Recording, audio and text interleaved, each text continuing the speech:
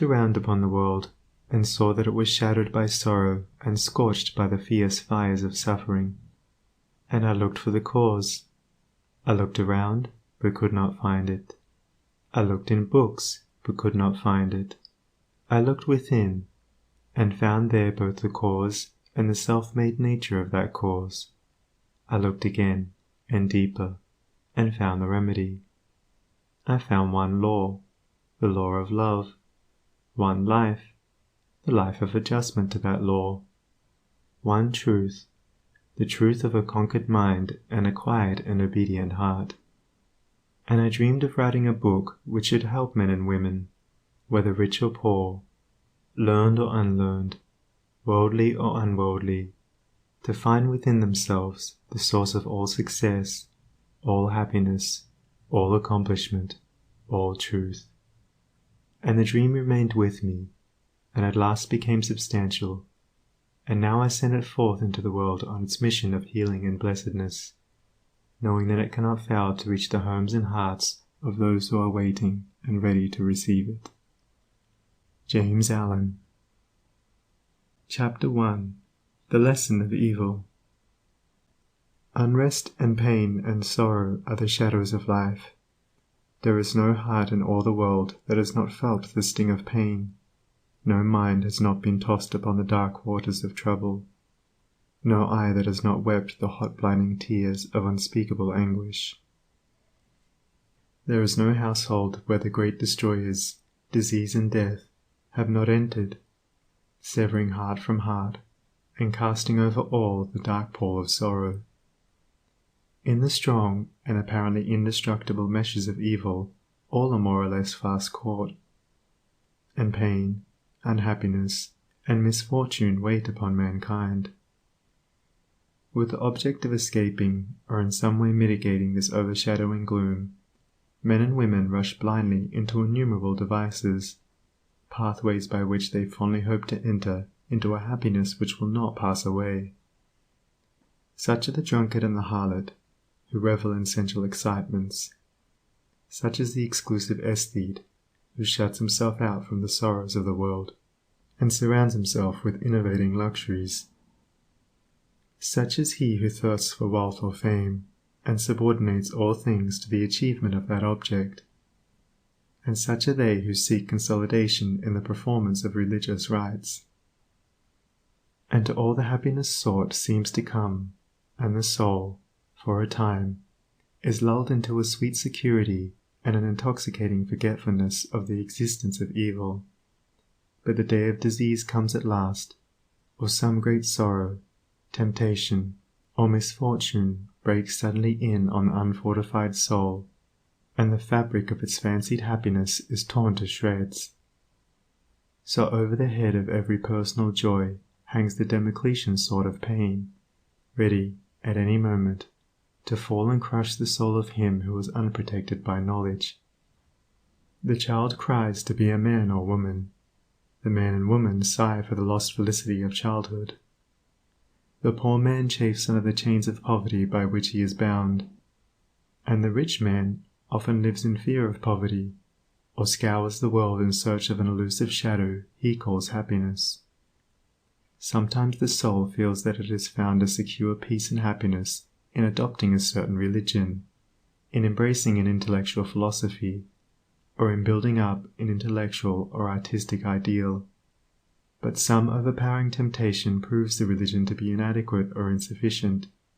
The theoretical philosophy is found to be a useless prop, or in a moment, the idealistic statue upon which the devotee has for years been laboring is shattered into fragments at his feet.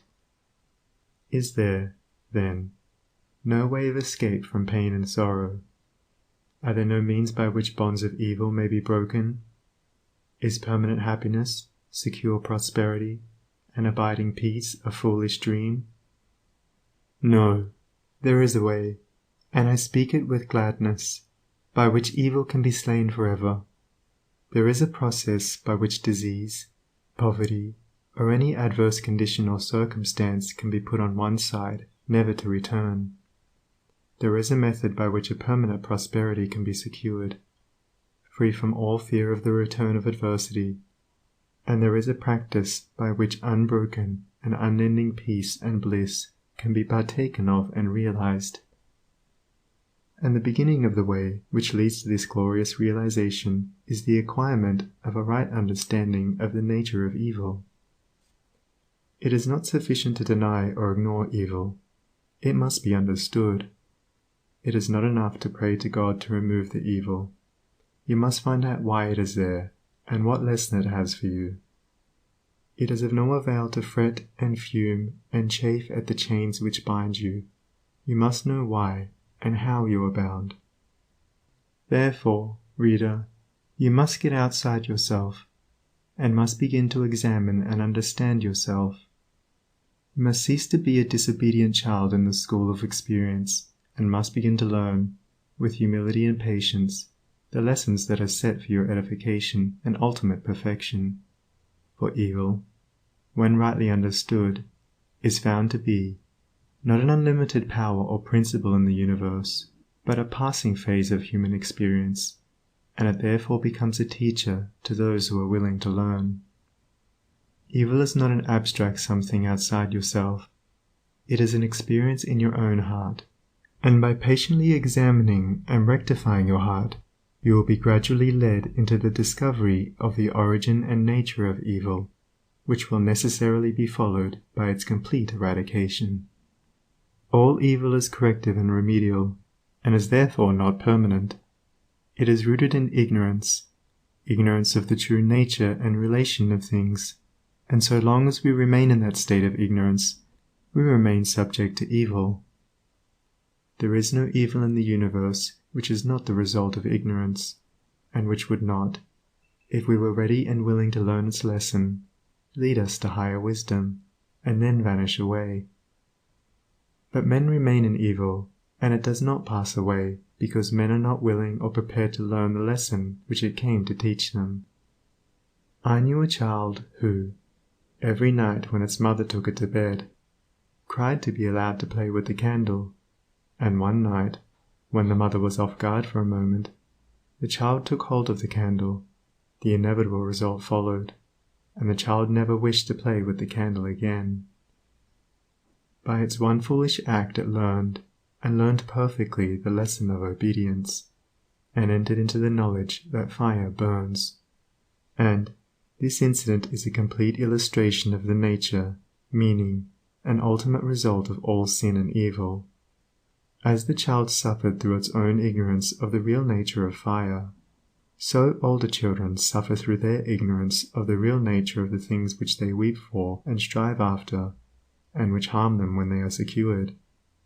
The only difference being that in the latter case the ignorance and evil are more deeply rooted and obscure.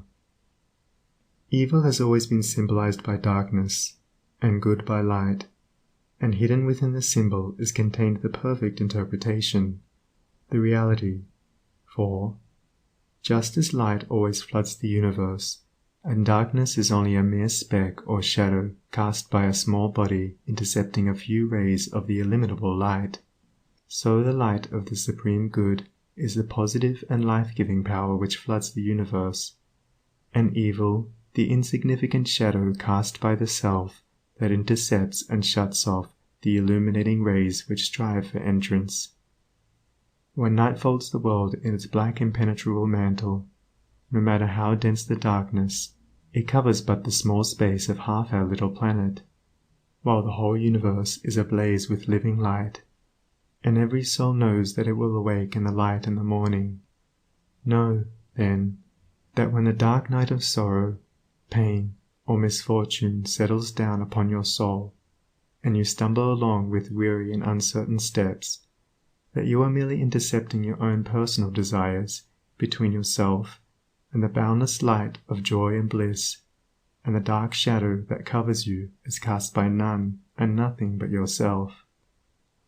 And just as the darkness without is but a negative shadow, an unreality which comes from nowhere, goes to nowhere, and has no abiding dwelling place, so the darkness within is equally a negative shadow, passing over the evolving and light-born soul. But, I fancy I hear someone say, Why pass through the darkness of evil at all?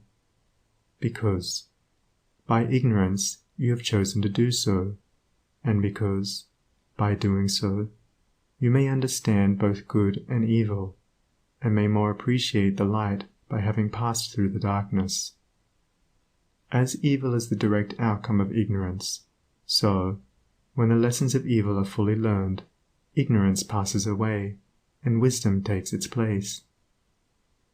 But as a disobedient child refuses to learn its lessons at school, so it is possible to refuse to learn the lessons of experience, and thus remain in continual darkness, and to suffer continually recurring punishments in the form of disease, disappointment, and sorrow.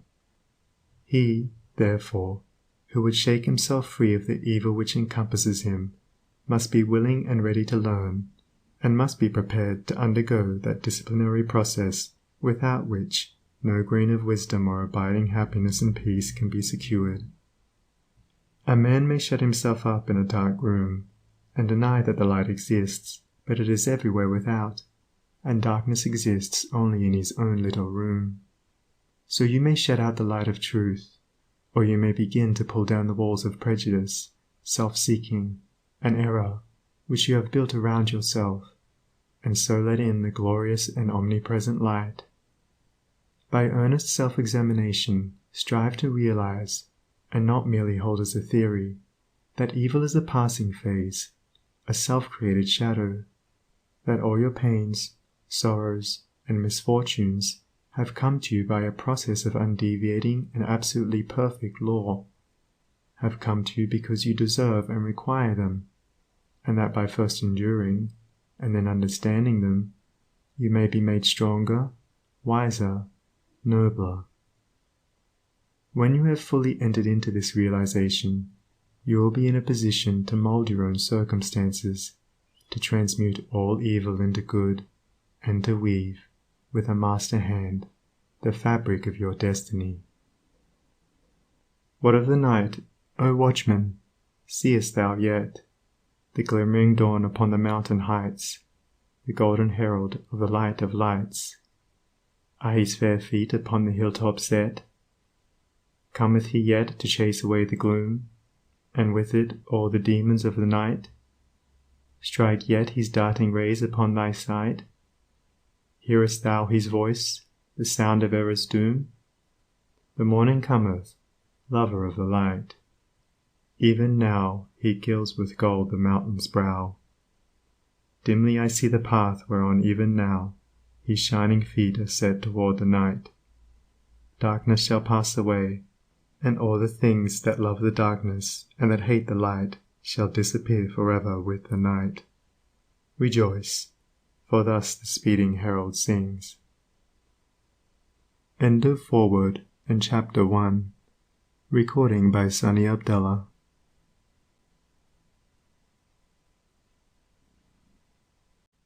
Chapter 2. The world a reflex of mental states. What you are, so is your world. Everything in the universe is resolved into your own inward experience. It matters little what is without, for it is all a reflection of your own state of consciousness.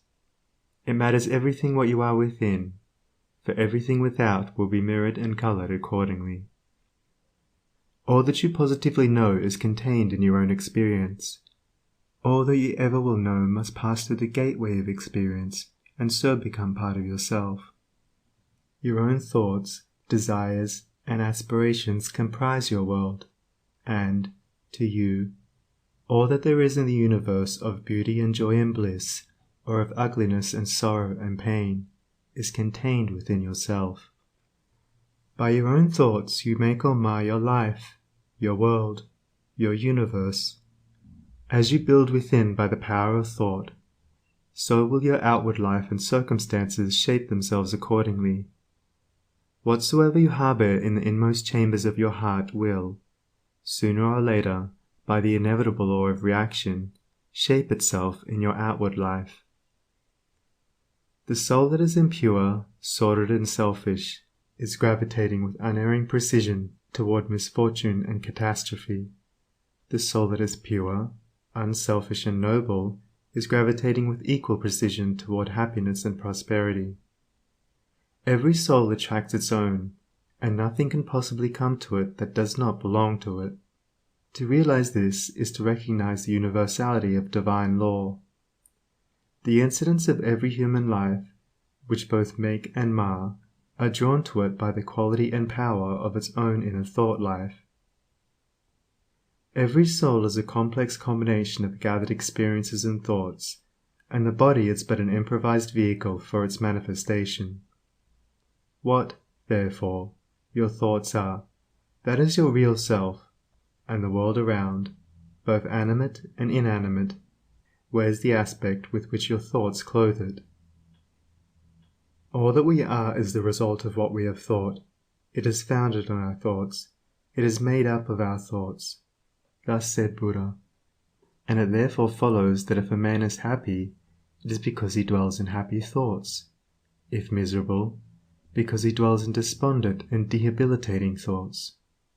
Whether one be fearful or fearless, foolish or wise, troubled or serene, within that soul lies the cause of its own state or states, and never without.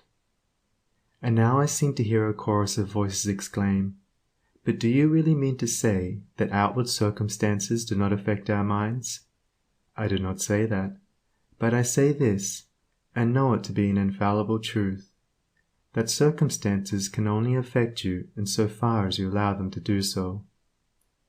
You are swayed by circumstances because you have not a right understanding of the nature, use, and power of thought. You believe, and upon this little word belief hang all our sorrows and joys, that outward things have the power to make or mar your life. By so doing you submit to those outward things, confess that you are their slave, and they your unconditional master. By so doing, you invest them with a power which they do not, of themselves, possess, and you succumb, in reality, not to the mere circumstances, but to the gloom or gladness, the fear or hope, the strength or weakness, which your thought sphere has thrown around them. I knew two men who, at an early age, lost the hard-earned savings of years. One was very deeply troubled, and gave way to chagrin, worry, and despondency. The other, on reading in his morning paper that the bank in which his money was deposited had hopelessly failed, and that he had lost all, quietly and firmly remarked, "Well, it's gone, and trouble and worry won't bring it back, but hard work will." He went to work with renewed vigor, and rapidly became prosperous, while the former man, continuing to mourn the loss of his money, and to grumble at his bad luck, remained the sport and tool of adverse circumstances, in reality, of his own weak and slavish thoughts. The loss of money was a curse to the one because he clothed the event with dark and dreary thoughts. It was a blessing to the other because he threw around it thoughts of strength, of hope, and renewed endeavor. If circumstances had the power to bless or harm, they would bless and harm all men alike. But the fact that the same circumstances will be alike good and bad to different souls proves that the good or bad is not in the circumstance, but only in the mind of him that encounters it. When you begin to realize this, you will begin to control your thoughts, to regulate and discipline your mind, and to rebuild the inward temple of your soul, eliminating all useless and superfluous material, and incorporating into your being thoughts alone of joy and serenity, of strength and life, of compassion and love, of beauty and immortality.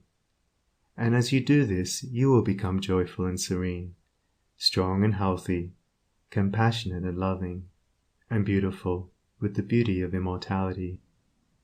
And as we clothe events with the drapery of our own thoughts, so likewise do we clothe the objects of the visible world around us, and where one sees harmony and beauty, another sees revolting ugliness. An enthusiastic naturalist was one day roaming the country lanes in pursuit of his hobby, and during his rambles came upon a pool of brackish water near a farmyard.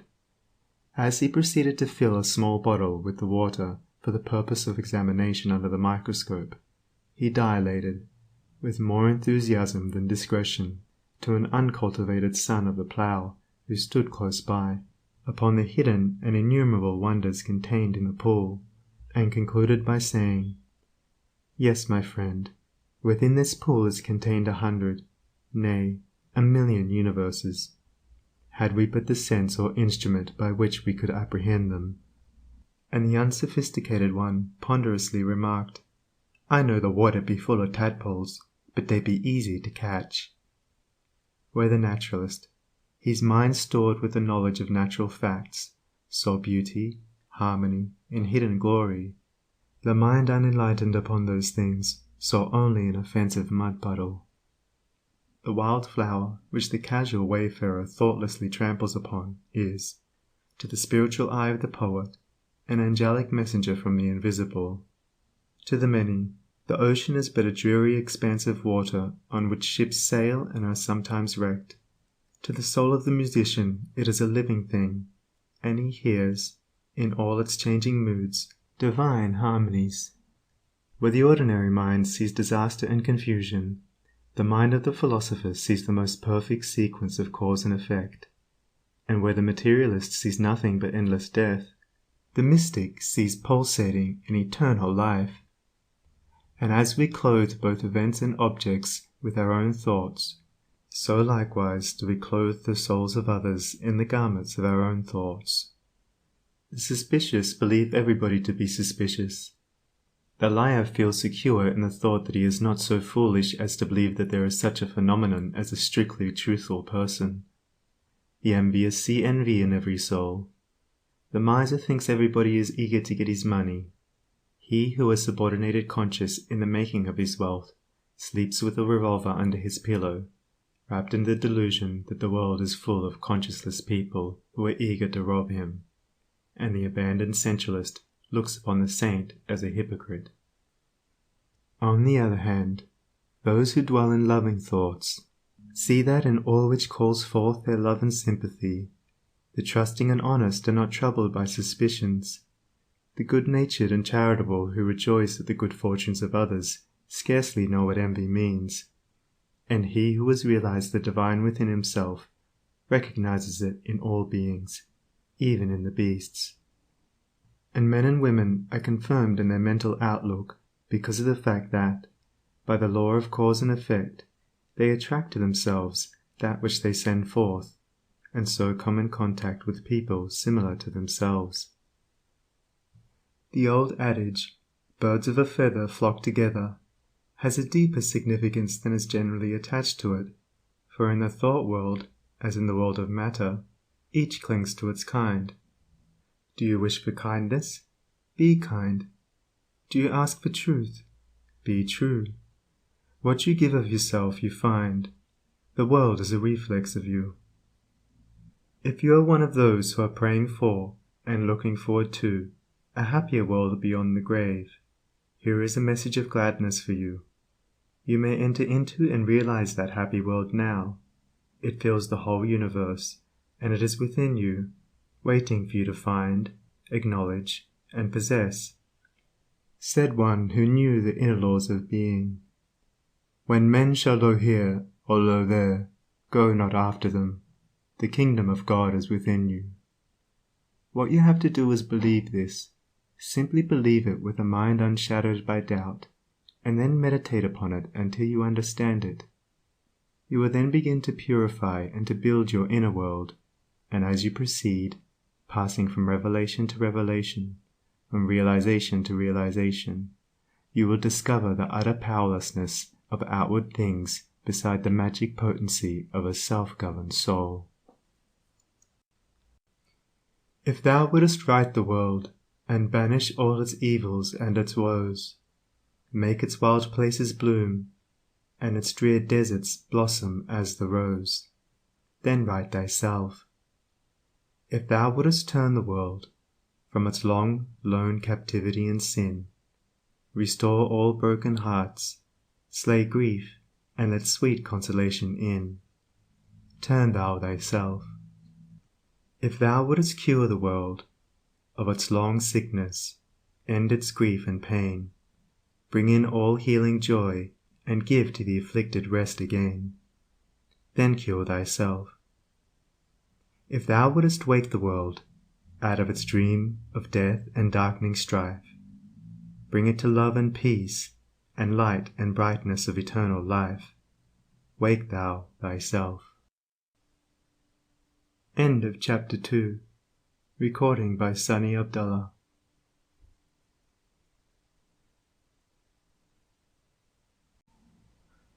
Chapter 3. The Way Out of Undesirable Conditions. Having seen and realized that evil is but a passing shadow thrown by the intercepting self across the transcendent form of the eternal good, and that the world is a mirror in which each sees a reflection of himself, we now ascend, by firm and easy steps, to that plane of perception whereon is seen and realized the vision of the law. With this realization comes the knowledge that everything is included in a ceaseless interaction of cause and effect, and that nothing can possibly be divorced from law. From the most trivial thought, word, or act of man, up to the groupings of celestial bodies, law reigns supreme. No arbitrary condition can, even for one moment, exist, for such a condition would be a denial and an annihilation of law. Every condition of life is, therefore, bound up in an orderly and harmonious sequence, and the secret and cause of every condition is contained within itself. The law, whatsoever a man sows that he shall also reap, is inscribed in flaming letters upon the portal of eternity, and none can deny it, none can cheat it, none can escape it. He who puts his hand in the fire must suffer the burning until such a time as it has worked itself out, and neither curses nor prayers can avail to alter it. And precisely the same law governs the realm of mind. Hatred, anger, jealousy, envy, lust, covetousness, all these are fires which burn, and whoever even so much as touches them must suffer the torments of burning. All these conditions of mind are rightly called evil, for they are the efforts of the soul to subvert, in its ignorance, the law, and they, therefore, lead to chaos and confusion within, and are sooner or later actualized in their outward circumstances as disease, failure, and misfortune, coupled with grief, pain, and despair. Whereas love, gentleness, goodwill, purity, are cooling airs which breathe peace upon the soul that woes them, and, being in harmony with the eternal law, they become actualized in the form of health, peaceful surroundings, and undeviating success and good fortune. A thorough understanding of this great law which permeates the universe leads to the acquirement of that state of mind known as obedience. To know that justice, harmony, and love are supreme in the universe is likewise to know that all adverse and painful conditions are the result of our own disobedience to that law. Such knowledge leads to strength and power, and it is upon such knowledge alone that a true life and an enduring success and happiness can be built. To be patient under all circumstances, and to accept all conditions as necessary factors in your training, is to rise superior to all painful conditions, and to overcome them with an overcoming which is sure, and which leaves no fear of their return, for by the power of obedience to law they are utterly slain. Such an obedient one is working in harmony with the law, has in fact identified himself with the law, and whatsoever he conquers forever. Whatsoever he builds can never be destroyed. The cause of all power, as of all weakness, is within.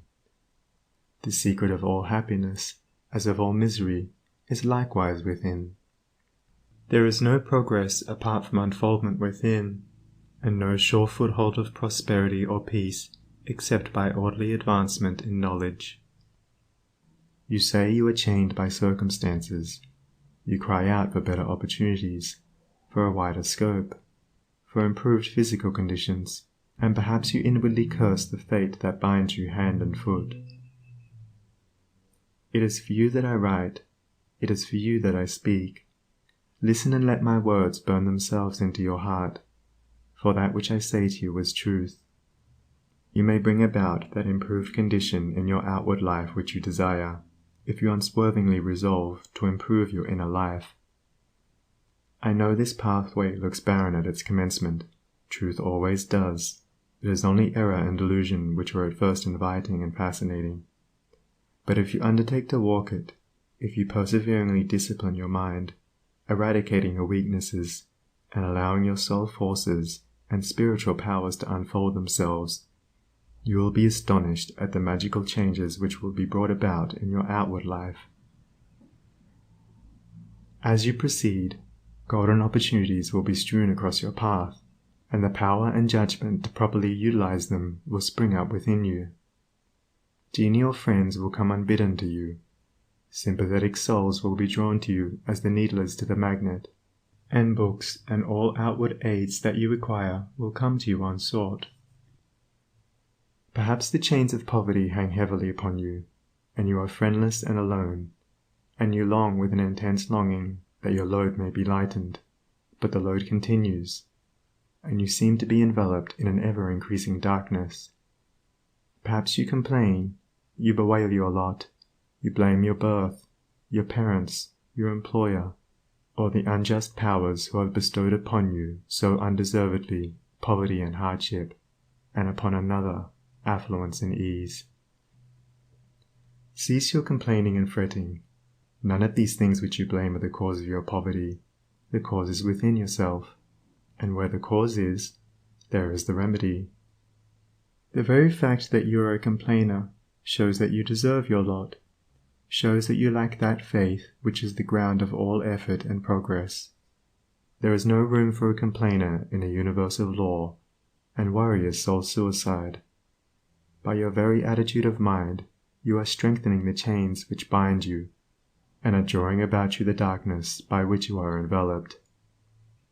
Alter your outlook upon life, and your outward life will alter. Build yourself up in the faith and knowledge, and make yourself worthy of better surroundings and wider opportunities.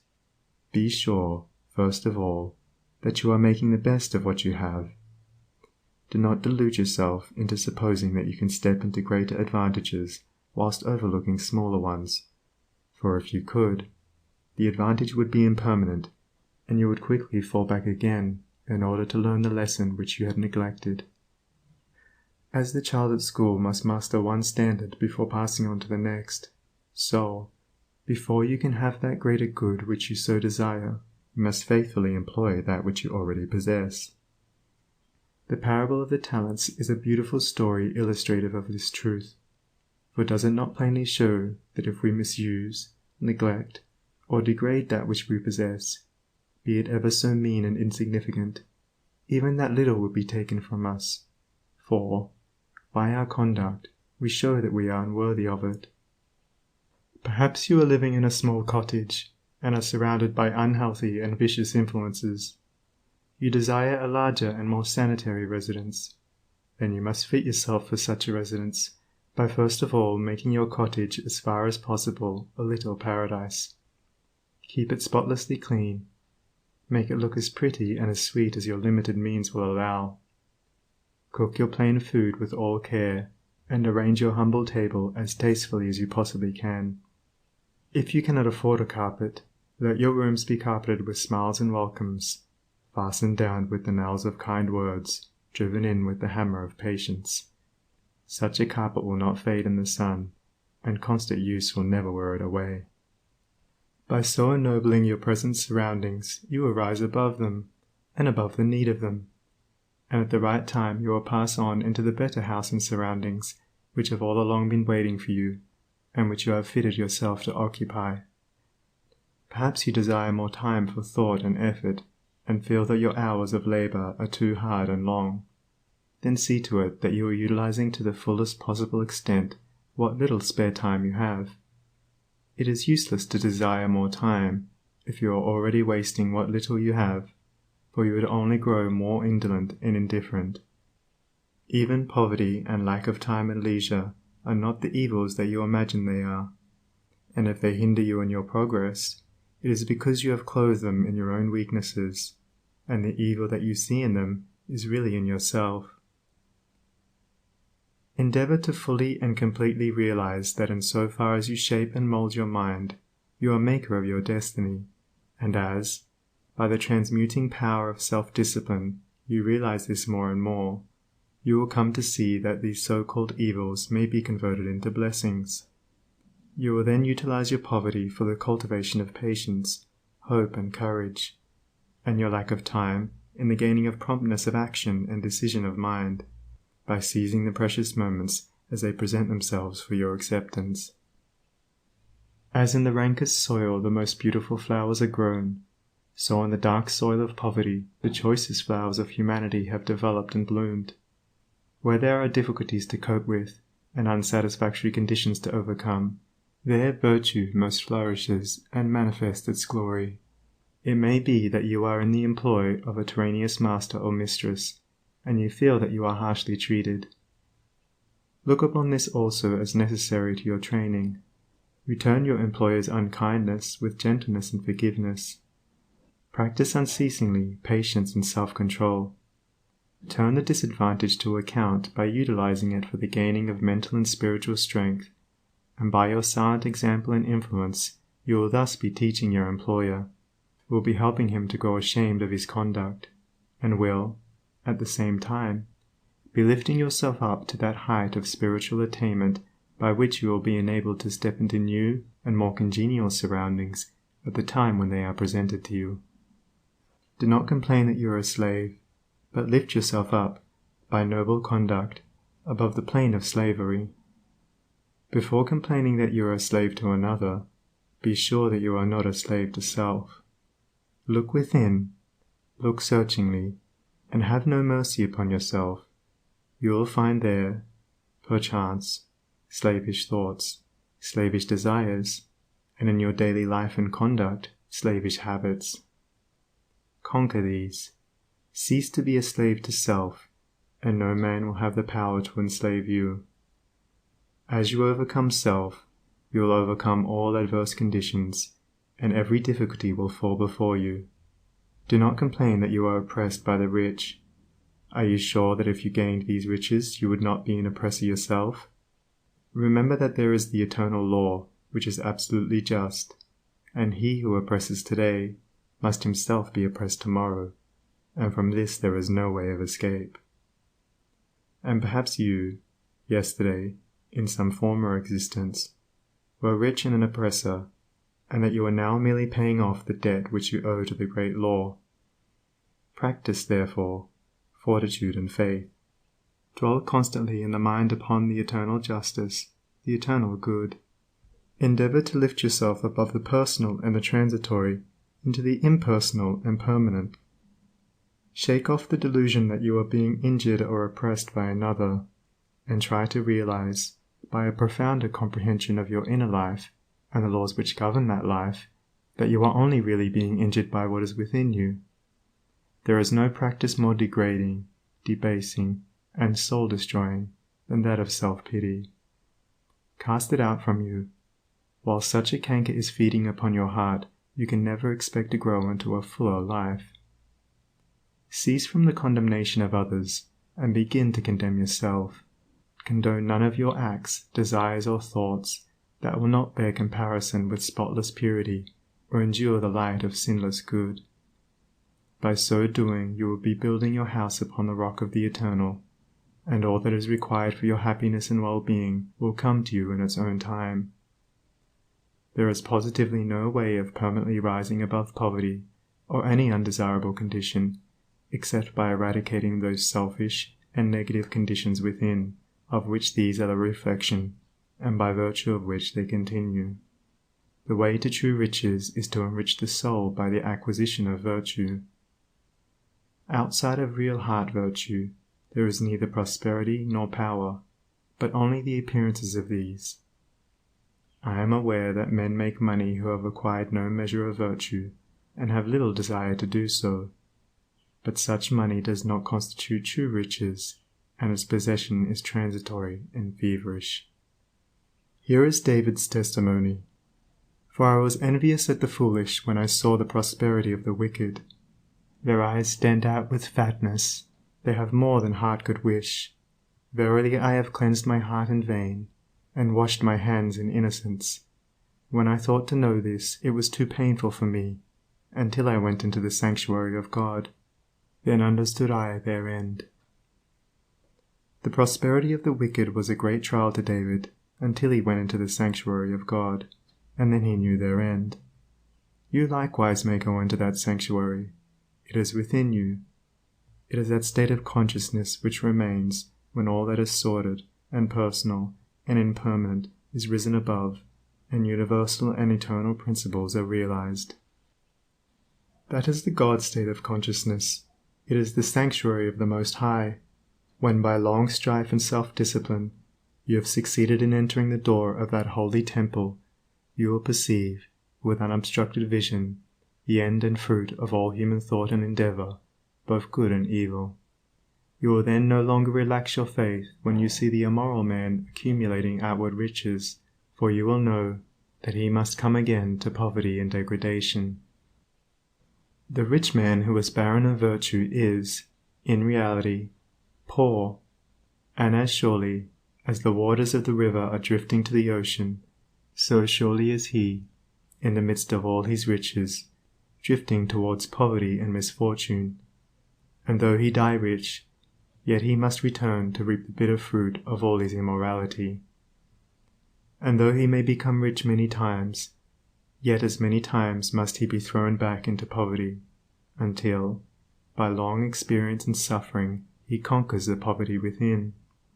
But the man who is outwardly poor, yet rich in virtue, is truly rich, and, in the midst of all his poverty, he is surely travelling towards prosperity, and abounding joy and bliss await his coming. If you would become truly and permanently prosperous, you must first become virtuous. It is therefore unwise to aim directly at prosperity, to make it the one object of life, to reach out greedily for it. To do this is to ultimately defeat yourself, but rather aim at self-perfection. Make useful and unselfish service the object of your life, and ever reach out hands of faith towards the supreme and unalterable good.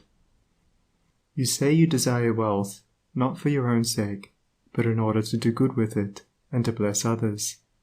If this is your real motive in desiring wealth, then wealth will come to you, for you are strong and unselfish indeed if, in the midst of riches, you are willing to look upon yourself as steward and not as owner. But examine well your motive, for in the majority of instances where money is desired for the admitted object of blessing others, the real underlying motive is a love of popularity and a desire to pose as a philanthropist or reformer. If you are not doing good with what little you have, depend upon it, the more money you got, the more selfish you would become, and all the good you appeared to do with your money, if you attempted to do any, would be so much insinuating self-laudation. If your real desire is to do good, there is no need to wait for money before you do it. You can do it now, this very moment, and just where you are. If you are really so unselfish as you believe yourself to be, you will show it by sacrificing yourself for others now. No matter how poor you are, there is room for self-sacrifice, for did not the widow put her all into the treasury? The heart that truly desires to do good does not wait for money before doing it, but comes to the altar of sacrifice and, leaving there the unworthy elements of self, goes out and breathes upon neighbor and stranger, friend and enemy alike, the breath of blessedness. As the effect is related to the cause, so is prosperity and power related to the inward good, and poverty and weakness to the inward evil. Money does not constitute true wealth, nor position, nor power, and to rely upon it alone is to stand upon a slippery place. Your true wealth is your stock of virtue, and your true power the uses to which you put it. Rectify your heart, and you will rectify your life. Lust, hatred, anger, vanity, pride, covetousness, self-indulgence, self-seeking, obstinacy, all these are poverty and weakness, whereas love, purity, gentleness, meekness, compassion, generosity, self-forgetfulness, and self-renunciation, all these are wealth and power. As the elements of poverty and weakness are overcome, an irresistible and all-conquering power is evolved from within, and he who succeeds in establishing himself in the highest virtue brings the whole world to his feet. But the rich, as well as the poor, have their undesirable conditions, and are frequently farther removed from happiness than the poor. And here we see how happiness depends, not upon outward aids or possessions, but upon the inward life. Perhaps you are an employer, and you have endless trouble with those whom you employ, and when you do get good and faithful servants, they quickly leave you. As a result, you are beginning to lose, or have completely lost, your faith in human nature. You try to remedy matters by giving better wages, by allowing certain liberties, yet matters remain unaltered. Let me advise you, the secret of all your trouble is not in your servants, it is in yourself. And if you look within, with a humble and sincere desire to discover and eradicate your error, you will, sooner or later, find the origin of all your unhappiness. It may be some selfish desire, or lurking suspicion, or unkind attitude of mind which sends out its poison upon those about you, and reacts upon yourself, even though you may not show it in your manner or speech. Think of your servants with kindness. Consider of them that extremity of service which you yourself would not care to perform were you in their place. Rare and beautiful is that humility of soul by which a servant entirely forgets himself in his master's good. But far rarer, with a beautiful and divine beauty, is that nobility of soul by which a man, forgetting his own happiness, seeks the happiness of those who are under his authority, and who depend upon him for their bodily sustenance, and such a man's happiness is increased tenfold, nor does he need to complain of those whom he employs. Said a well-known and extensive employer of labor, who never needs to dismiss an employee, I have always had the happiest relations with my work people. If you ask me how it is to be accounted for, I can only say that it has been my aim from the first to do to them as I would wish to be done by. Herein lies the secret by which all desirable conditions are secured, and all that are undesirable are overcome. Do you say that you are lonely and unloved, and have not a friend in the world? Then, I pray you, for the sake of your own happiness, blame nobody but yourself. Be friendly towards others, and friends will soon flock round you.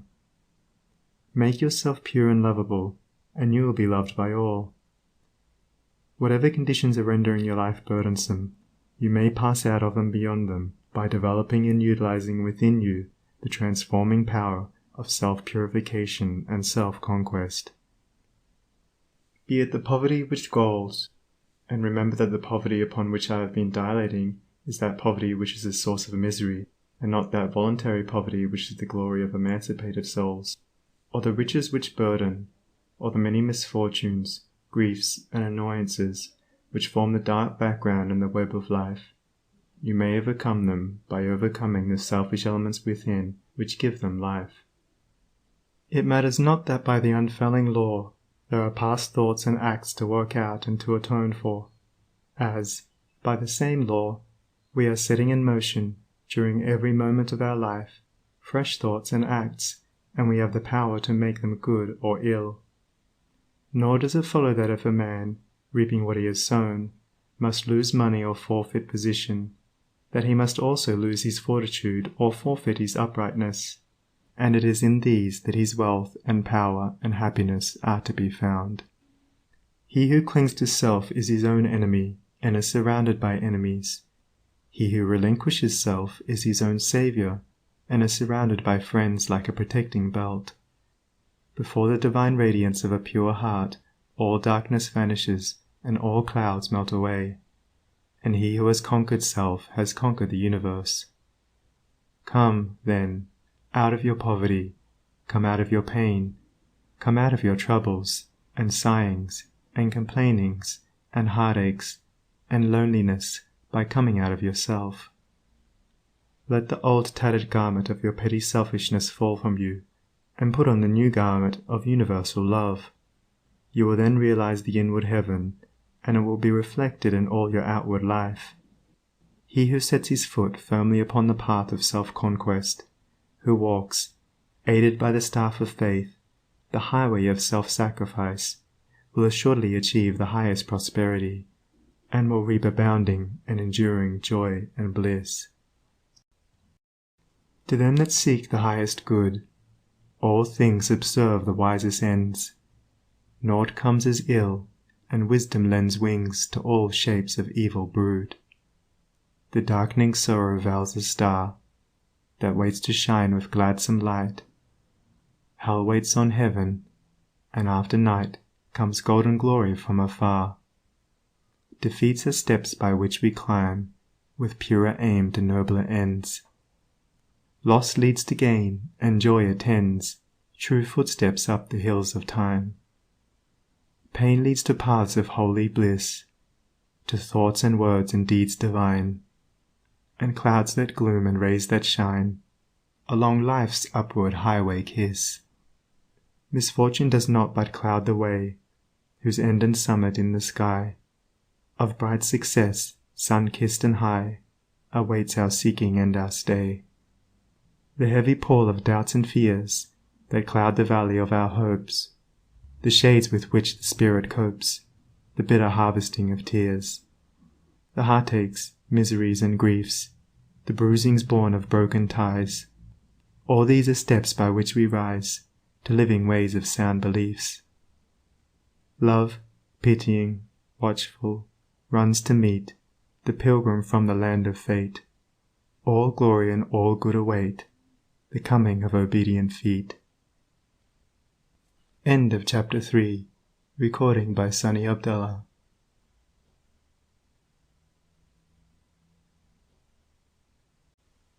Chapter 4. The silent power of thought, controlling and directing one's forces. The most powerful forces in the universe are the silent forces, and in accordance with the intensity of its power does a force become beneficent when rightly directed, and destructive when wrongly employed.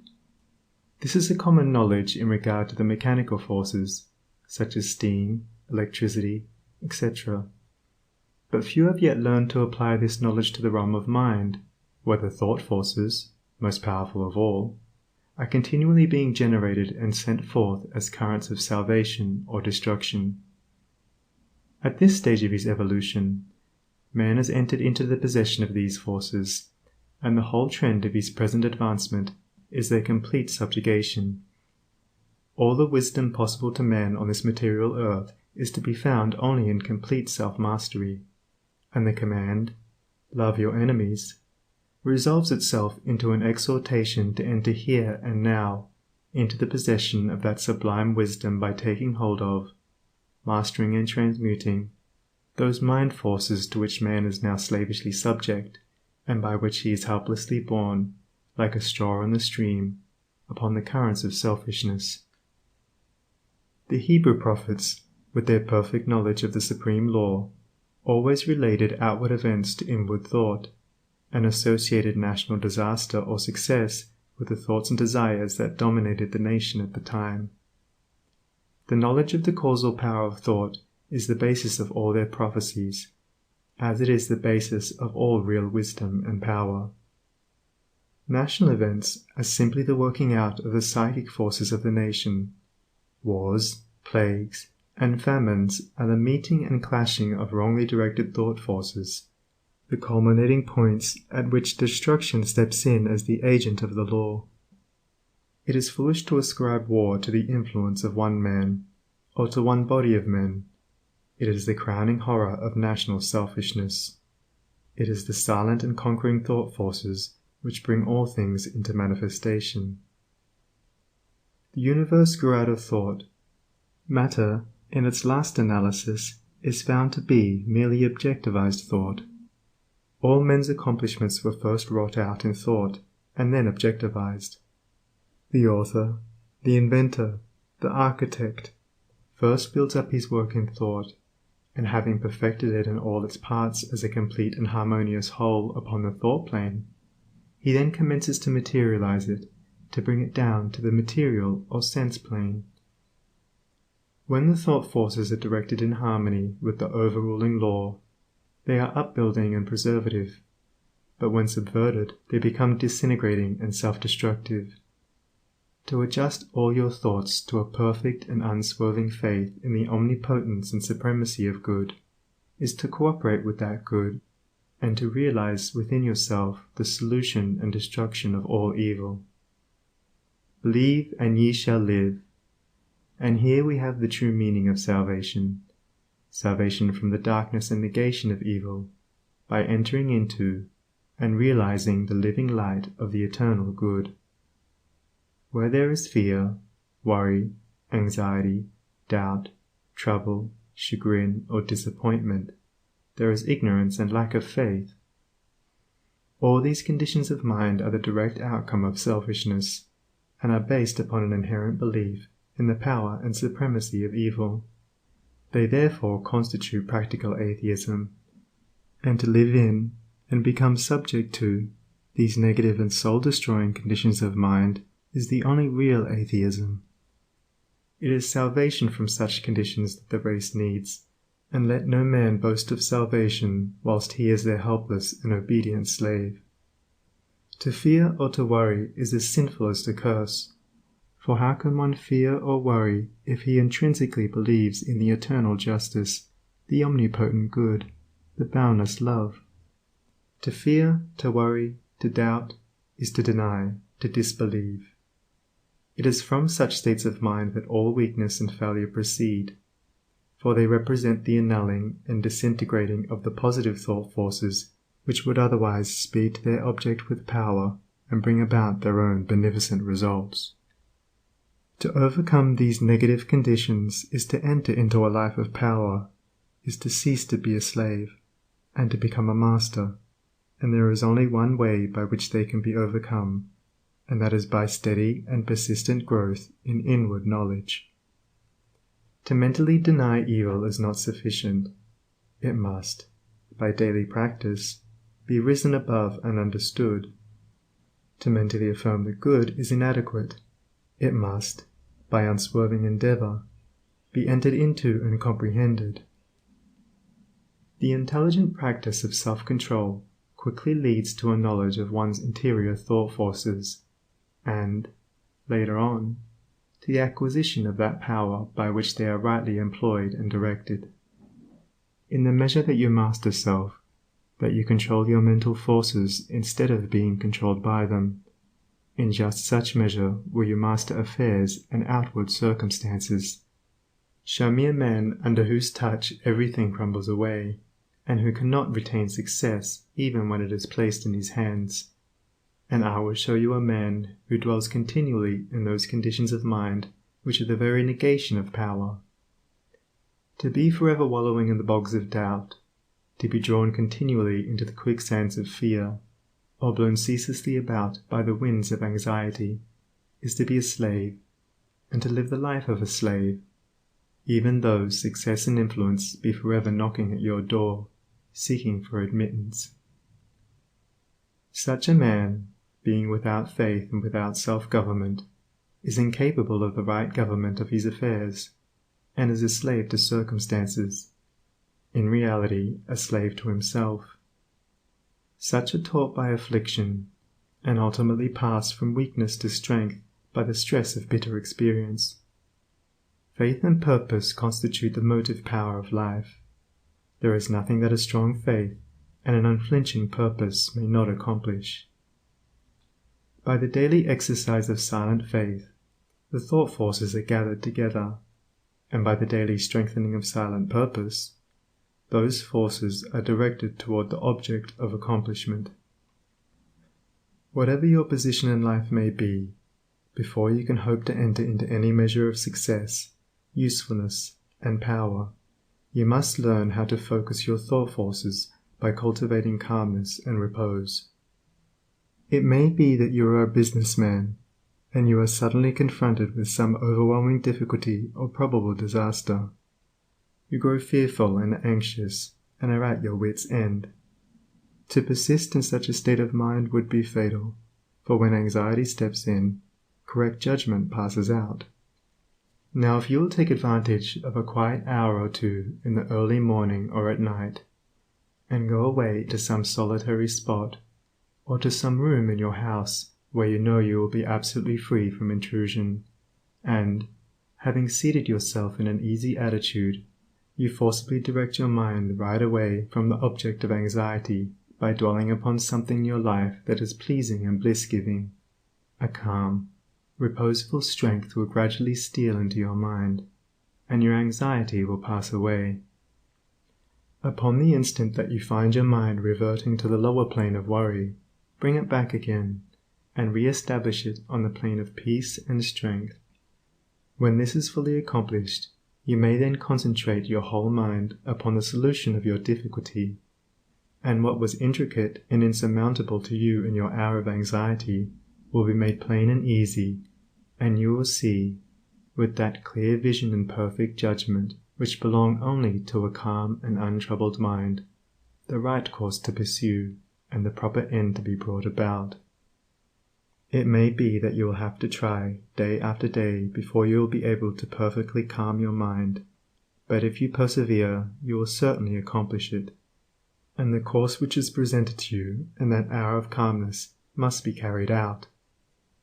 Doubtless, when you are again involved in the business of the day, and worries again creep in and begin to dominate you, you will begin to think that the course is a wrong or foolish one. But do not heed such suggestions. Be guided absolutely and entirely by the vision of calmness, and not by the shadows of anxiety. The hour of calmness is the hour of illumination and correct judgment. By such a course of mental discipline, the scattered thought forces are reunited and directed, like the rays of the searchlight, upon the problem at issue, with the result that it gives way before them.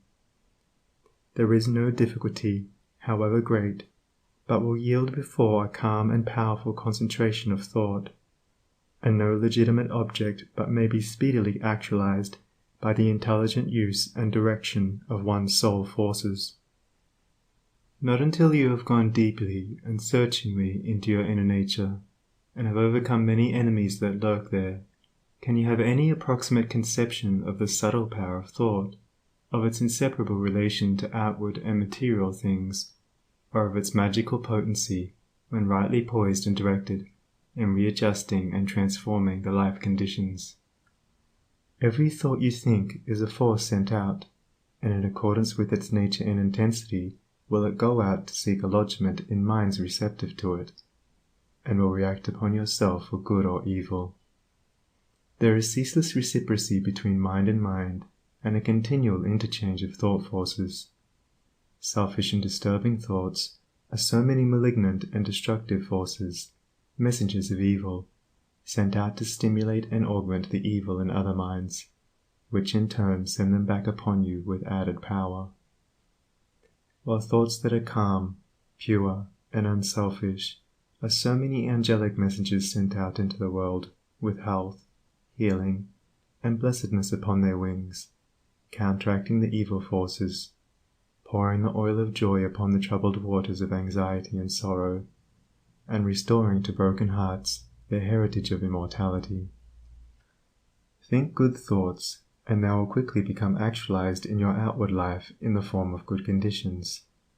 Control your soul forces, and you will be able to shape your outward life as you will. The difference between a savior and a sinner is this, that the one has a perfect control of all the forces within him, the other is dominated and controlled by them. There is absolutely no other way to true power and abiding peace, but by self-control, self-government, self-purification. To be at the mercy of your disposition is to be impotent, unhappy, and of little real use in the world. The conquest of your petty likes and dislikes, your capricious loves and hates, your fits of anger, suspicion, jealousy, and all the changing moods to which you are more or less helplessly subject. This is the task you have before you if you would weave into the web of life the golden threads of happiness and prosperity.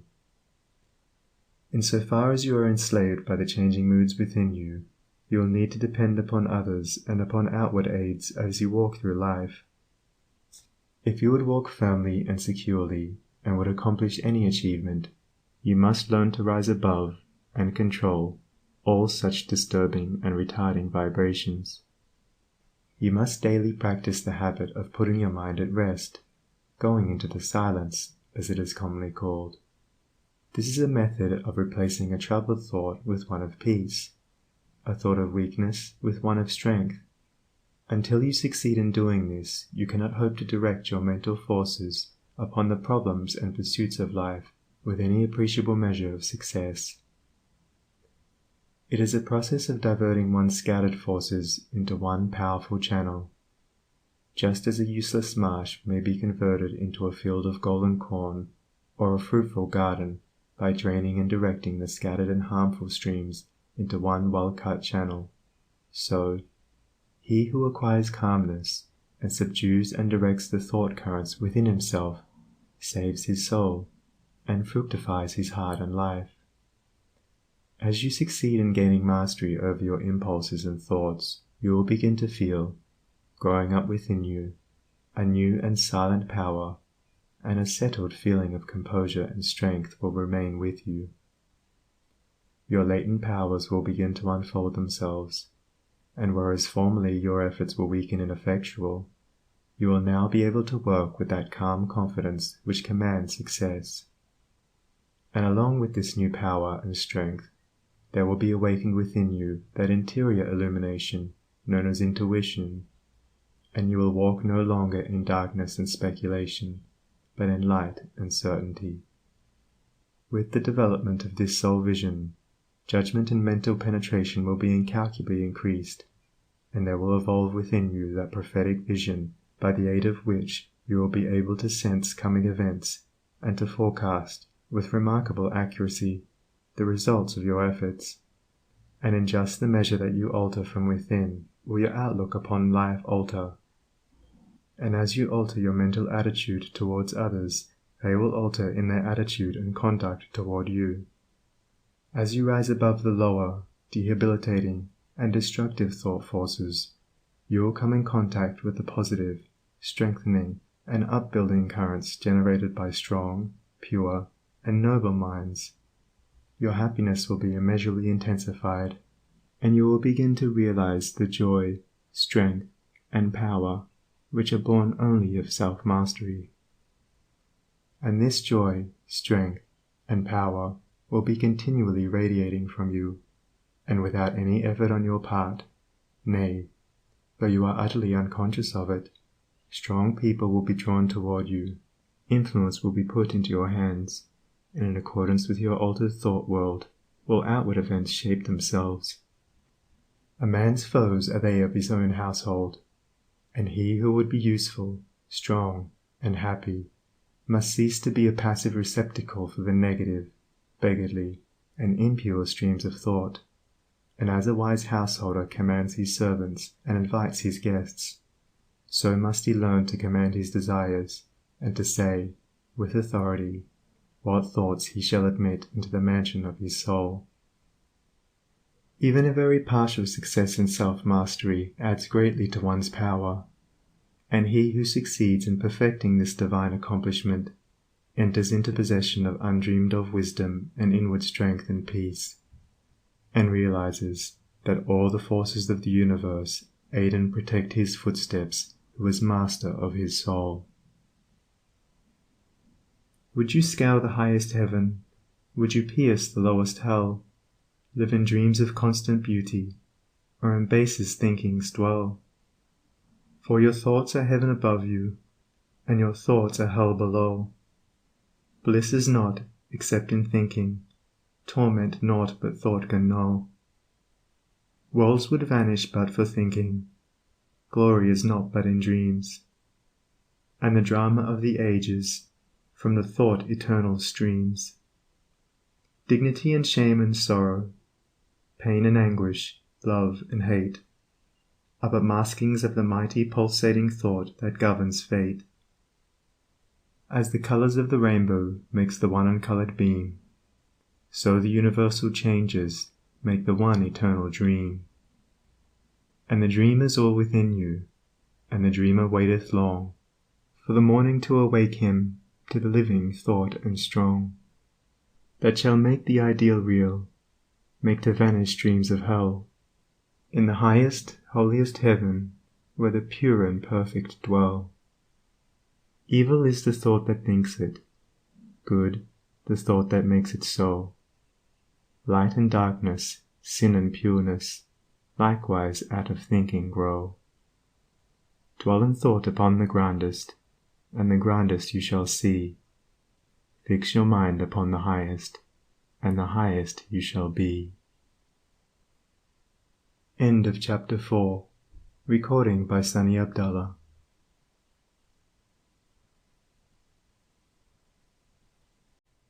Chapter 5. The Secret of Health, Success, and Power. We all remember with what intense delight, as children, we listened to the never-tiring fairy tale. How eagerly we followed the fluctuating fortunes of the good boy or girl, ever protected in the hour of crisis from the evil machinations of the scheming witch, the cruel giant, or the wicked king. And our little hearts never faltered for the fate of the hero or heroine, nor do we doubt their ultimate triumph over all their enemies, for we knew that the fairies were infallible, and that they would never desert those who had consecrated themselves to the good and the true. And what unspeakable joy pulsated within us when the fairy queen, bringing all her magic to bear at the critical moment, scattered all the darkness and trouble, and granted them the complete satisfaction of all their hopes, and they were, happily ever after.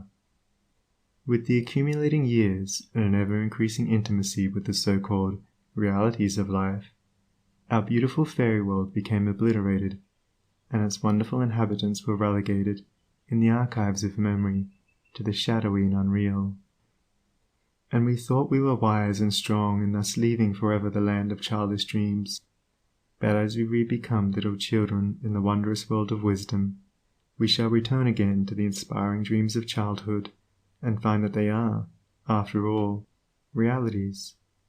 The fairy folk, so small and nearly always invisible, yet possessed of an all-conquering and magical power, who bestow upon the good health, wealth, and happiness, along with all the gifts of nature in lavish profusion, start again into reality and become immortalized in the soul realm of him who, by growth in wisdom, has entered into a knowledge of the power of thought and the laws which govern the inner world of being. To him the fairies live again as thought people, thought messengers, thought powers working in harmony with the overruling good.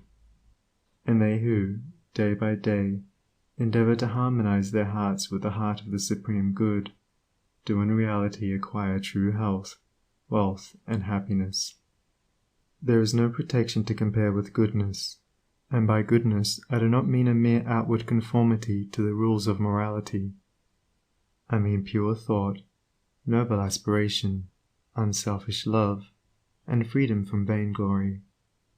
To dwell continually in good thoughts is to throw around oneself a psychic atmosphere of sweetness and power which leaves its impress upon all who come in contact with it. As the rising sun puts to rout the helpless shadows, so are all the impotent forces of evil put to flight by the searching rays of positive thought which shine forth from a heart made strong in purity and faith. Where there is sterling faith and uncompromising purity, there is health, there is success, there is power. In such a one, disease, failure, and disaster can find no lodgment, for there is nothing on which they can feed. Even physical conditions are largely determined by mental states, and to this truth the scientific world is rapidly being drawn. The old, materialistic belief that a man is what his body makes him is rapidly passing away, and is being replaced by the inspiring belief that a man is superior to his body, and that his body is what he makes it by the power of thought. Men everywhere are ceasing to believe that a man is despairing because he is dyspeptic, and are coming to understand that he is dyspeptic because he is despairing. And in the near future, the fact that all disease has its origin in the mind will become common knowledge. There is no evil in the universe but has its root and origin in the mind, and sin, sickness, sorrow, and affliction do not, in reality, belong to the universal order, are not inherent in the nature of things, but are the direct outcome of our ignorance of the right relations of things. According to tradition, there once lived, in India, a school of philosophers who led a life of such absolute purity and simplicity that they commonly reached the age of 150 years, and to fall sick was looked upon by them as an unpardonable disgrace, for it was considered to indicate a violation of law. The sooner we realize and acknowledge that sickness, far from being the arbitrary visitation of an offended God, or the test of an unwise providence, is the result of our own error or sin, the sooner we shall enter upon the highway of health. Disease comes to those who attract it, to those whose minds and bodies are receptive to it, and flees from those whose strong, pure, and positive thought sphere generates healing and life-giving currents. If you are given to anger, worry, jealousy, greed, or any other inharmonious state of mind and expect perfect physical health, you are expecting the impossible, for you are continually sowing the seeds of disease in your mind. Such conditions of mind are carefully shunned by the wise man, for he knows them to be far more dangerous than a bad drain or an infected house. If you would be free from all physical aches and pains, and would enjoy perfect physical harmony, then put your mind in order, and harmonize your thoughts. Think joyful thoughts, think loving thoughts. Let the elixir of goodwill course through your veins, and you'll need no other medicine. Put away your jealousies, your suspicions, your worries, your hatreds, your selfish indulgences, and you'll put away your dyspepsia, your biliousness, your nervousness and aching joints. If you will persist in clinging to these debilitating and demoralizing habits of mind, then do not complain when your body is laid low with sickness. The following story illustrates the close relation that exists between habits of mind and bodily conditions. A certain man was afflicted with a painful disease, and he tried one physician after another, but all to no purpose. He then visited towns which were famous for their curative waters, and after having bathed in them all, his disease was more painful than ever. One night he dreamed that a presence came to him, and said, "Brother, hast thou tried all means of cure?" And he replied, "I have tried all." "Nay," said the presence, "come with me, and I will show thee a healing bath which has escaped thy notice." The afflicted man followed, and the presence led him to a clear pool of water, and said, "Plunge thyself in this water, and thou shalt surely recover," and thereupon vanished. The man plunged into the water, and on coming out, lo! his disease had left him, and at the same moment he saw written above the pool the word, "Renounce."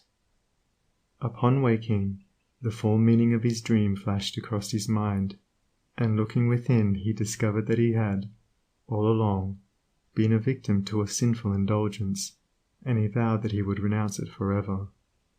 He carried out his vow, and from that day his affliction began to leave him, and in a short time he was completely restored to health. Many people complain that they have broken down through overwork.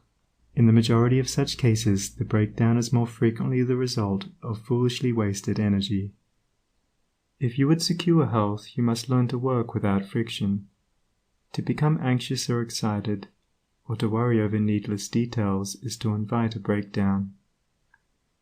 Work, whether of brain or body, is beneficial and health-giving, and the man who can work with a steady and calm persistency, freed from all anxiety and worry, and with his mind utterly oblivious to all but the work he has in hand, will not only accomplish far more than the man who is always hurried and anxious, but he will retain his health, a boon which the other quickly forfeits. True health and true success go together, for they are inseparably intertwined in the thought realm. As mental harmony produces bodily health, so it also leads to a harmonious sequence in the actual working out of one's plans. Order your thoughts and you will order your life.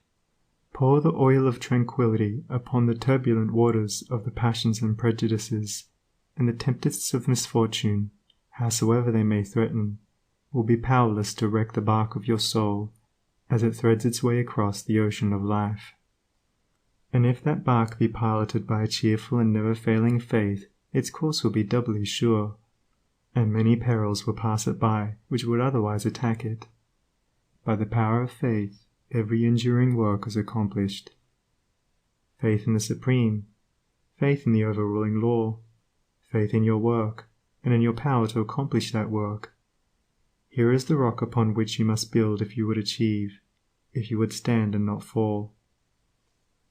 To follow, under all circumstances, the highest promptings within you, to be always true to the divine self, to rely upon the inward light, the inward voice, and to pursue your purpose with a fearless and restful heart, believing that the future will yield unto you the meed of every thought and effort, knowing that the laws of the universe can never fail, and that your own will come back to you with mathematical exactitude. This is faith, and the living of faith. By the power of such a faith, the dark waters of uncertainty are divided, every mountain of difficulty crumbles away, and the believing soul passes on unharmed. Strive, O reader, to acquire, above everything, the priceless possession of this dauntless faith, for it is the talisman of happiness, of success, of peace, of power, of all that makes life great and superior to suffering. Build upon such a faith, and you build upon the rock of the eternal, and with the materials of the eternal, and the structure that you erect will never be dissolved, for it will transcend all the accumulations of material luxuries and riches, the end of which is dust. Whether you are hurled into the depths of sorrow, or lifted upon the heights of joy, ever retain your hold upon this faith, ever return to it as your rock of refuge, and keep your feet firmly planted upon its immortal and immovable base. Centered in such a faith, you will become possessed of such a spiritual strength as will shatter, like so many toys of glass, all the forces of evil that are hurled against you, and you will achieve a success such as the mere striver after worldly gain can never know or even dream of. If ye have faith, and doubt not, ye shall not only do this, but if ye shall say unto this mountain, Be thou removed, and be thou cast into the sea, it shall be done. There are those today, men and women tabernacled in flesh and blood, who have realized this faith, who live in it and by it day by day, and who, having put it to the utmost test, have entered into the possession of its glory and peace. Such have sent out the word of command, and the mountains of sorrow and disappointment, of mental weariness and physical pain have passed from them, and have been cast into the sea of oblivion. If you will become possessed of this faith, you will not need to trouble about your success or failure, and success will come.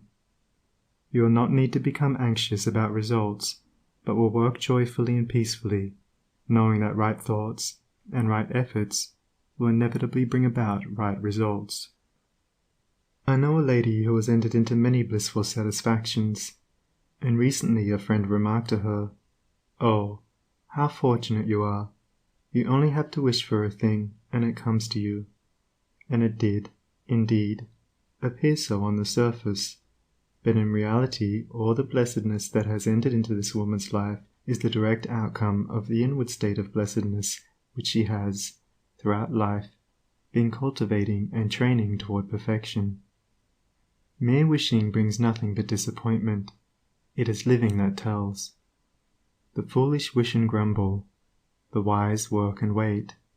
And this woman had worked without and within, but especially within upon heart and soul, and with the invisible hands of the Spirit she had built up, with the precious stones of faith, hope, joy, devotion and love, a fair temple of light, whose glorifying radiance was ever round about her. It beamed in her eye, it shone through her countenance, It vibrated in her voice, and all who came into her presence felt its captivating spell. And as with her, so with you. Your success, your failure, your influence, your whole life you carry about you, for your dominant trends of thought are the determining factors in your destiny. Send forth loving, stainless, and happy thoughts, and blessings will fall into your hands, and your table will be spread with the cloth of peace. Send forth hateful, impure, and unhappy thoughts, and curses will rain down upon you, and fear and unrest will wait upon your pillow. You are the unconditional maker of your fate, be that fate what it may. Every moment you are sending forth from you the influences which make or mar your life. Let your heart grow large and loving and unselfish, and great and lasting will be your influence and success, even though you make little money. Confine it within the narrow limits of self-interest, and even though you become a millionaire, your influence and success at the final reckoning will be found to be utterly insignificant. Cultivate, then, this pure and unselfish spirit, and combine with purity and faith, singleness of purpose, and you are evolving from within the elements, not only of abounding health and enduring success, but of greatness and power. If your present position is distasteful to you, and your heart is not in your work, nevertheless perform your duties with scrupulous diligence, and whilst resting your mind in the idea that the better position and greater opportunities are waiting for you, ever keep an active mental outlook for budding possibilities, so that when the critical moment arrives and the new channel presents itself, you will step into it with your mind fully prepared for the undertaking, and with that intelligence and foresight which is born of mental discipline. Whatever your task may be, concentrate your whole mind upon it. Throw into it all the energy of which you are capable. The faultless completion of small tasks leads inevitably to larger tasks. See to it that you rise by steadily climbing, and you will never fall. And herein lies the secret of true power. Learn, by constant practice, how to husband your resources, and to concentrate them, at any moment, upon a given point. The foolish waste all their mental and spiritual energy in frivolity, foolish chatter, or selfish argument, not to mention wasteful physical excesses. If you would acquire overcoming power, you must cultivate poise and passivity. You must be able to stand alone. All power is associated with immovability. The mountain, the massive rock, the storm-tried oak, all speak to us of power, because of their combined solitary grandeur and defiant fixity, while the shifting sand, the yielding twig, and the waving reed speak to us of weakness, because they are movable and non-resistant, and are utterly useless when detached from their fellows. He is the man of power who, when all of his fellows are swayed by some emotion or passion, remains calm and unmoved. He only is fitted to command and control who has succeeded in commanding and controlling himself. The hysterical, the fearful, the thoughtless and frivolous, let such seek company, or they will fall for lack of support. But the calm, the fearless, the thoughtful, and let such seek the solitude of the forest, the desert, and the mountain top, and to their power more power will be added, and they will more and more successfully stem the psychic currents and whirlpools which engulf mankind. Passion is not power, it is the abuse of power, the dispersion of power. Passion is like a furious storm which beats fiercely and wildly upon the embattled rock, whilst power is like the rock itself, which remains silent and unmoved through it all.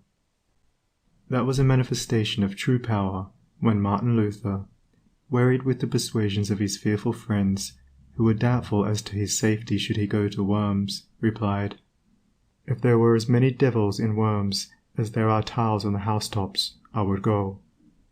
And when Benjamin Disraeli broke down in his first parliamentary speech, and brought upon himself the derision of the House, that was an exhibition of germinal power when he exclaimed, "The day will come when you will consider it an honour to listen to me." When that young man, whom I knew, passing through continual reverses and misfortunes, was mocked by his friends and told to desist from further effort, and he replied, "The time is not far distant when you will marvel at my good fortune and success." He showed that he was possessed of that silent and irresistible power which is taking him over innumerable difficulties, and crowned his life with success. If you have not this power, you may acquire it by practice, and the beginning of power is likewise the beginning of wisdom. You must commence by overcoming those purposeless trivialities to which you have hitherto been a willing victim. Boisterous and uncontrolled laughter, slander and idle talk, and joking merely to raise a laugh, all these must be put on one side as so much waste of valuable energy. St. Paul never showed his wonderful insight into the hidden laws of human progress to greater advantage than when he warned the Ephesians against foolish talking and jesting which is not convenient, for to dwell habitually in such practices is to destroy all spiritual power and life. As you succeed in rendering yourself impervious to such mental dissipations, you will begin to understand what true power is, and you will then commence to grapple with the more powerful desires and appetites which hold your soul in bondage, and bar the way to power, and your further progress will then be made clear. Above all, be of single aim. Have a legitimate and useful purpose, and devote yourself unreservedly to it. Let nothing draw you aside. Remember that the double-minded man is unstable in all his ways. Be eager to learn but slow to beg. Have a thorough understanding of your work, and let it be your own. And as you proceed, ever following the inward guide, the infallible voice, you will pass on from victory to victory, and will rise step by step to higher resting places, and your ever-broadening outlook will gradually reveal to you the essential beauty and purpose of life. Self-purified, health will be yours. Faith protected, success will be yours. Self-governed, power will be yours. And all that you do will prosper, for, ceasing to be a disjointed unit, self-enslaved, you will be in harmony with the great law, working no longer against, but with, the universal life, the eternal good. And what health you gain, it will remain with you. What success you achieve will be beyond all human computation, and will never pass away. And what influence and power you wield will continue to increase throughout the ages, for it will be a part of that unchangeable principle which supports the universe. This, then, is the secret of health, a pure heart and a well-ordered mind. This is the secret of success, an unfaltering faith and a wisely directed purpose, and to rein in, with unfaltering will, the dark steed of desire. This is the secret of power. All ways are waiting my feet to tread, the light and dark, the living and the dead, the broad and narrow way, the high and low, the good and bad, and with quick step or slow, I now may enter any way I will, and find, by walking, which is good, which ill. And all good things my wandering feet await, if I but come, with vow inviolate, unto the narrow, high and holy way of heart-born purity, and therein stay, walking, secure from him who taunts and scorns, to flowery meads across the path of thorns. And I may stand where health, success, and power await my coming, if, each fleeting hour, I cling to love and patience, and abide with stainlessness, and never step aside from high integrity. So shall I see at last the land of immortality. And I may seek and find, I may achieve, I may not claim, but, losing, may retrieve. The law bends not for me, but I must bend unto the law, if I would reach the end of my afflictions, if I would restore my soul to light and life, and weep no more. Not mine the arrogant and selfish claim to all good things, be mine the lowly aim, to seek and find, to know and comprehend, and wisdom-ward all holy footsteps wend. Nothing is mine to claim or to command, but all is mine to know and understand. End of Chapter 5. Recording by Sunny Abdullah.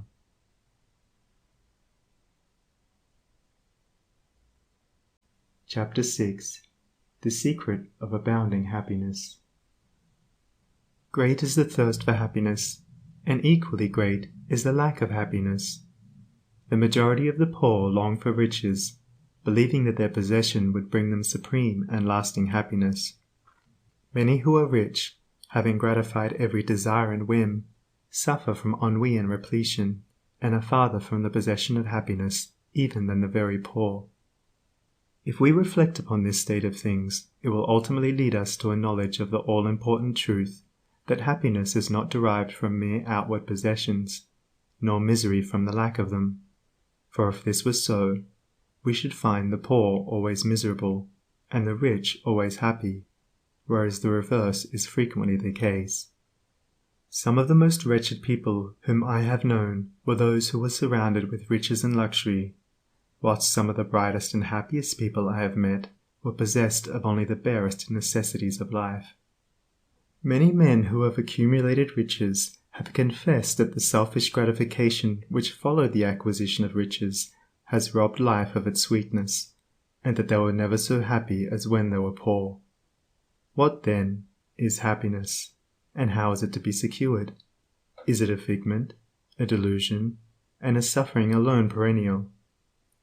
We shall find, after earnest observation and reflection, that all, except those who have entered the way of wisdom, believe that happiness is only to be obtained by the gratification of desire.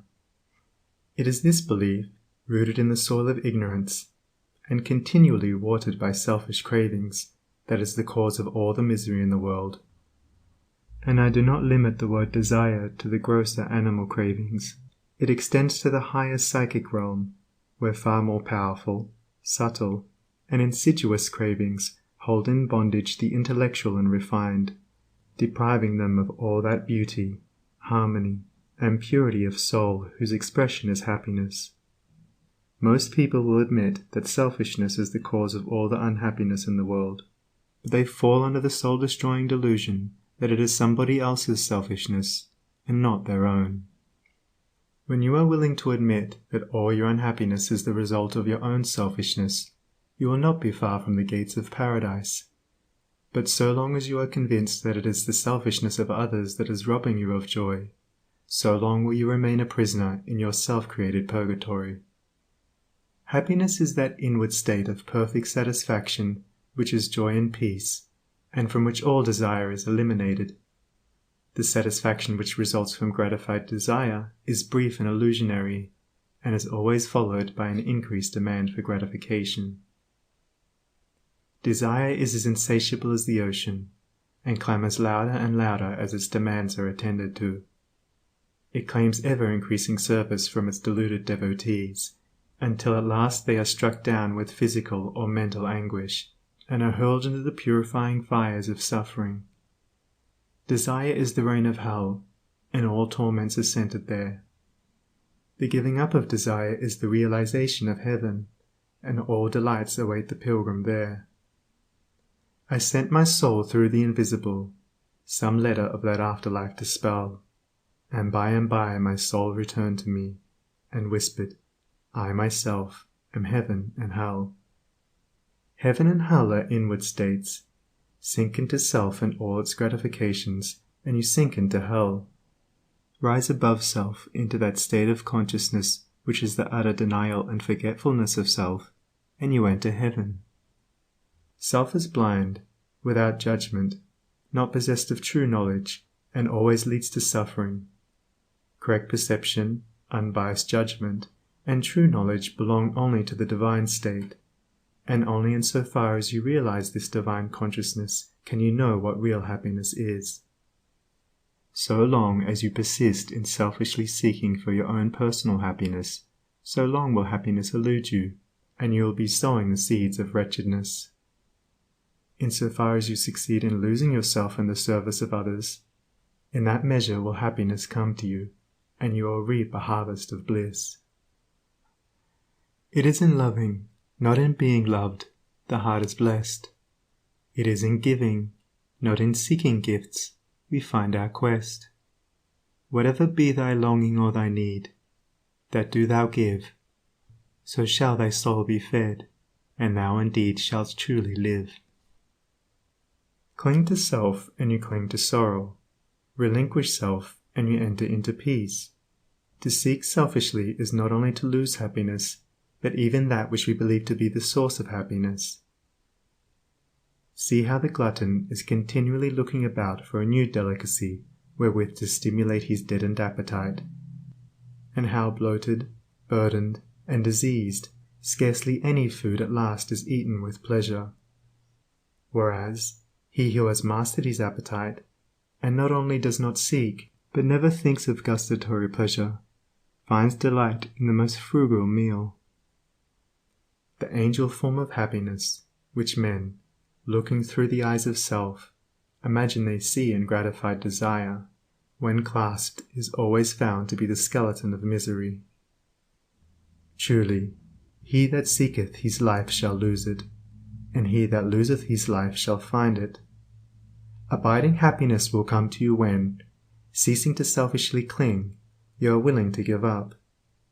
When you are willing to lose, unreservedly, that impermanent thing which is so dear to you, and which, whether you cling to it or not, will one day be snatched from you, then you will find that that which seemed to you like a painful loss turns out to be a supreme gain. To give up in order to gain, than this there is no greater delusion, nor no more prolific source of misery. But to be willing to yield up and to suffer loss, this is indeed the way of life. How is it possible to find real happiness by centering ourselves in those things which, by their very nature, must pass away? Abiding in real happiness can only be found by centering ourselves in that which is permanent. Rise, therefore, above the clinging to and craving for impermanent things, and you will then enter into a consciousness of the eternal, and as, rising above self, and by growing more and more into the spirit of purity, self-sacrifice, and universal love, you become centered in that consciousness, you will realize that happiness which has no reaction, and which can never be taken from you. The heart that has reached utter self-forgetfulness in its love for others has not only become possessed of the highest happiness, but has entered into immortality, for it has realized the divine. Look back upon your life, and you will find that the moments of supremest happiness were those in which you uttered some word, or performed some act, of compassion or self-denying love. Spiritually, happiness and harmony are synonymous. Harmony is one phase of the great law, whose spiritual expression is love. All selfishness is discord, and to be selfish is to be out of harmony with the divine order. As we realize that all-embracing love, which is the negation of self, we put ourselves in harmony with the divine music, the universal song, and that ineffable melody which is true happiness becomes our own. Men and women are rushing hither and thither in the blind search for happiness, and cannot find it, nor ever will until they recognize that happiness is already within them and round about them, filling the universe, and that they, in their selfish searching, are shutting themselves out from it. I followed happiness to make her mine, past towering oak and swinging ivy vine. She fled, I chased, o'er slanting hill and dale, o'er fields and meadows in the purpling vale. Pursuing rapidly o'er dashing stream, I scaled the dizzy cliffs where eagles scream. I traversed swiftly every land and but always happiness eluded me. Exhausted, fainting, I pursued no more, but sank to rest upon a barren shore. One came and asked for food, and one for alms. I placed the bread and gold in bony palms. One came for sympathy, and one for rest. I shared with every needy one my best. When lo, sweet happiness, with form divine, stood by me, whispering softly, I am thine. These beautiful lines of Burleigh's express the secret of all abounding happiness. Sacrifice the personal and transient, and you rise at once into the impersonal and permanent. Give up that narrow cramped self that seeks to render all things subservient to its own petty interests, and you will enter into the company of the angels, into the very heart and essence of universal love. Forget yourself entirely in the sorrows of others and in administering to others, and divine happiness will emancipate you from all sorrow and suffering. Taking the first step with a good thought, the second with a good word, and the third with a good deed, I entered paradise. And you also may enter into paradise by pursuing the same course. It is not beyond, it is here. It is realized only by the unselfish. It is known in its fullness only to the pure in heart. If you have not realized this unbounded happiness, you may begin to actualize it by ever holding before you the lofty ideal of unselfish love, and aspiring towards it. Aspirational prayer is desire turned upward. It is the soul turning toward its divine source, where alone permanent satisfaction can be found. By aspiration the destructive forces of desire are transmuted into divine and all-preserving energy. To aspire is to make an effort to shake off the trammels of desire. It is the prodigal made wise by loneliness and suffering, returning to his Father's mansion. As you rise above the sordid self, as you break, one after another, the chains that bind you, you'll realize the joy of giving, as distinguished from the misery of grasping. Giving of your substance, giving of your intellect, giving of the love and light that is growing within you. You will then understand that it is indeed more blessed to give than to receive, but the giving must be of the heart without any taint of self, without desire for reward. The gift of pure love is always attended with bliss. If, after you have given, you are wounded because you are not thanked or flattered, or your name put in the paper, know then that your gift was prompted by vanity and not by love, and you were merely giving in order to get, were not really giving, but grasping. Lose yourself in the welfare of others. Forget yourself in all that you do.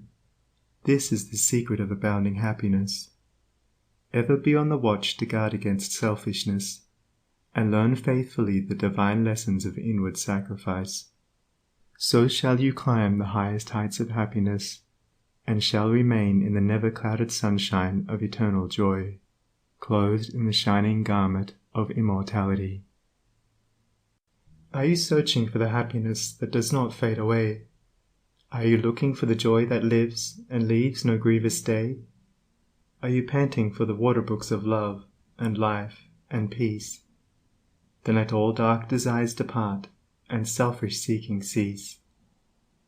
Are you lingering in the paths of pain, grief-haunted, stricken sore? Are you wandering in the ways that wound your weary feet the more? Are you sighing for the resting place where tears and sorrows cease? Then sacrifice your selfish heart, and find the heart of peace.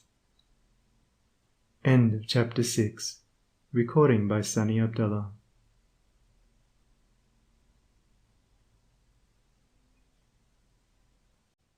Chapter 7. The Realization of Prosperity. It is granted only to the heart that abounds with integrity, trust, generosity and love, to realize true prosperity. The heart that is not possessed of these qualities cannot know prosperity, for prosperity, like happiness, is not an outward possession, but an inward realization.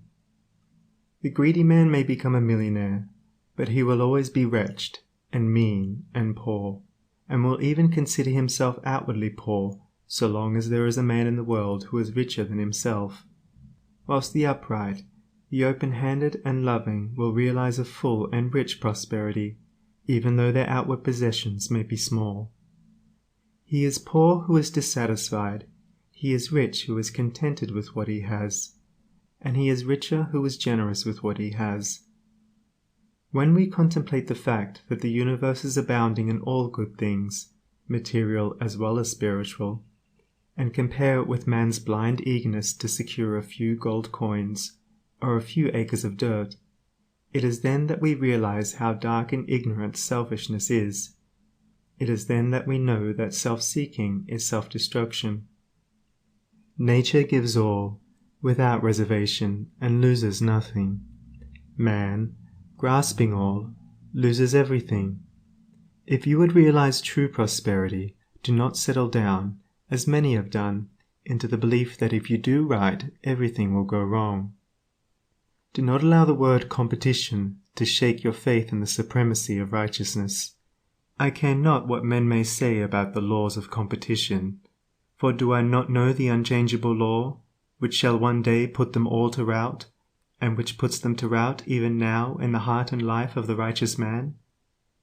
And knowing this law, I can contemplate all dishonesty with undisturbed repose, for I know where certain destruction awaits it. Under all circumstances, do that which you believe to be right, and trust the law. Trust the divine power that is immanent in the universe, and it will never desert you, and you will always be protected.